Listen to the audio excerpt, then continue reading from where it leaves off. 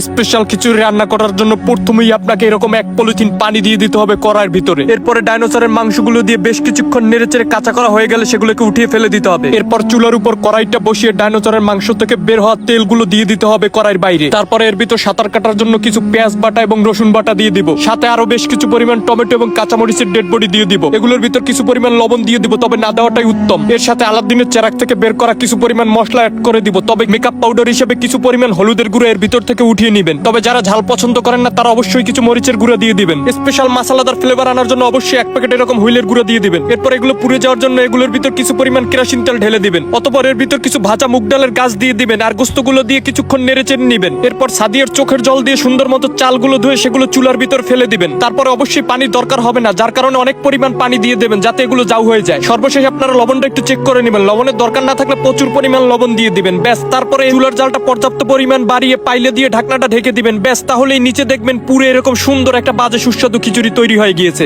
এত বাজে সুন্দর খিচুড়ি খাওয়ার জন্য কিছু তেলাপোকা সেখানে কান্নাকাটি করতেছিল, তারা খিচুড়ি না খেয়ে নাকি যাবেই না। অতঃপর তেলাপোকাটাকে কিছু খিচুড়ি দিয়ে বিদায় করে আমি নিজেও এক প্লেট নিয়ে বসে গেলাম খাওয়ার জন্য। এগুলো কান দিয়ে খেতে খুবই সুস্বাদু মজা লাগতেছিল।